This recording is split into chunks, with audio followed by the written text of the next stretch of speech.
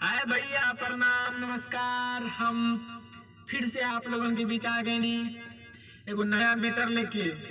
और आज ऐसा मैटर बा, कुछ हट के मैटर बा, जो ना कि आप लोग अगर सुनब तो बहुत ही अच्छा लगी। तो हमार रवा सबसे एगो विनती बा कि हमारी राजीव रॉक्स चैनल जो बा एकरा के सब्सक्राइब करके बेल आइकन जरूर दबा दी और लाइक कमेंट करके हमरा के आशीर्वाद जरूर दे कि कैसन लागल मैटर। तो आई सुनल जाए लाइव रिकॉर्डिंग।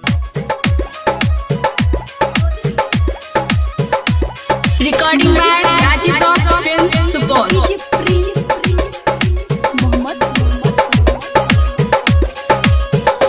अरे ऑर्केस्ट्रा में आके तू बनेलू काहे भोली, ऑर्केस्ट्रा में आके तू बनेलू काहे भोली। यादव जी के मत सनकाओ चला दिना ता गोली, यादव जी के मत सनकाओ चला दिना ता गोली। अरे नाच न रे। अरे ऑर्केस्ट्रा में आके तू बनेलू काहे भोली, ऑर्केस्ट्रा में आके तू बनेलू काहे भोली। यादव जी के मत सनकाओ चला दिना ता गोली, यादव जी के मत सनकाओ चला दिना ता गोली। अरे मैडम कनी कमर हिलावा।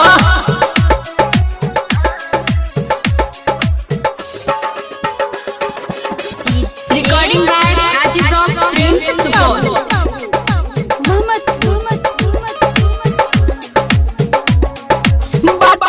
रंगबाज यहाँ के नाचा हाली हाली हो, नाचा सटाती अपन आगे से दुनाली हो। ए मैडम हाँ हाँ हाँ बाटे रंगबाज यहाँ के नाचा हाली हाली हो, नाचा सटाती अपन आगे से दुनाली हो। छोटे छोटे लहंगा तोहर छोटे बाटे चोली, छोटे छोटे लहंगा तोहर छोटे बाटे चोली।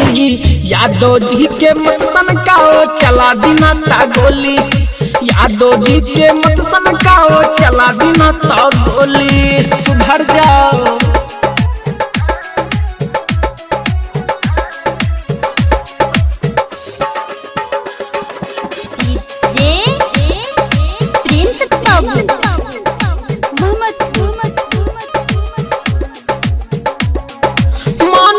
यह गौरी हमर करा गन्ना दानी हो, सबके दिखा दहना तर पाप चढ़ल जवानी हो। हाय हाय हाय हाय मान लबत यह गौरी हमर करा गन्ना दानी हो, सबके दिखा दहना तर पाप चढ़ल जवानी हो। अवध से रोशन और परमानंद कहे बतिया खोली, अवध से रोशन और परमानंद कहे बतिया खोली। यादव जी के मत सनकाओ चला दिना ता गोली, यादव जी के मत सनकाओ चला दिना ता गोली। ऐ लड़की यादव हैं बच के रहना। Recording by